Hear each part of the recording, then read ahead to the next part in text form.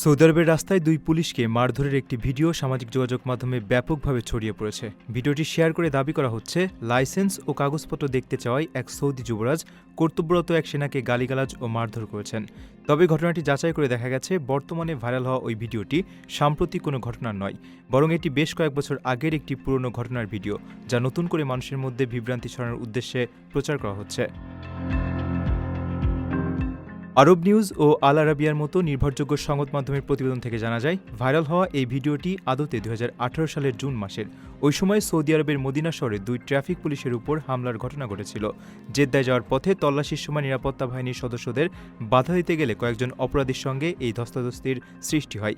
সে সময় Medina police দ্রুত পদক্ষেপ নিয়ে ওই হামলার ঘটনায় জড়িত থাকার অভিযোগে 4 জনকে গ্রেপ্তার করেছিল।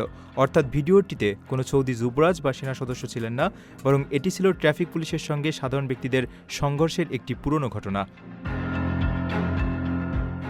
এর আগে 2017 সালে সৌদি আরবে এক যুবরাজের বিরুদ্ধে ক্ষমতার অপব্যবহার করে সাধারণ মানুষকে মারধরের একটি সত্য ঘটনা সামনে এসেছিল।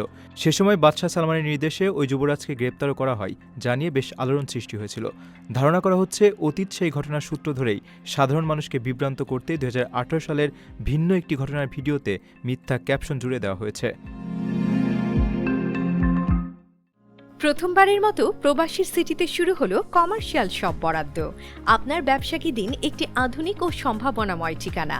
একই সঙ্গে নিশ্চিত করুন ভবিষ্যতে লাভজনক বিনিয়োগ। সীমিত সংখ্যক কমার্শিয়াল স্পেস এখন বুকিং চলছে। স্ক্রিনে প্রদর্শিত নাম্বারে আজই যোগাযোগ করুন এবং আপনার পছন্দের শপটি বুকিং নিশ্চিত করুন।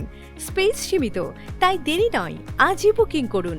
প্রবাসীর সিটি, আপনার ব্যবসা ও বিনিয়োগের স্মার্ট সমাধান।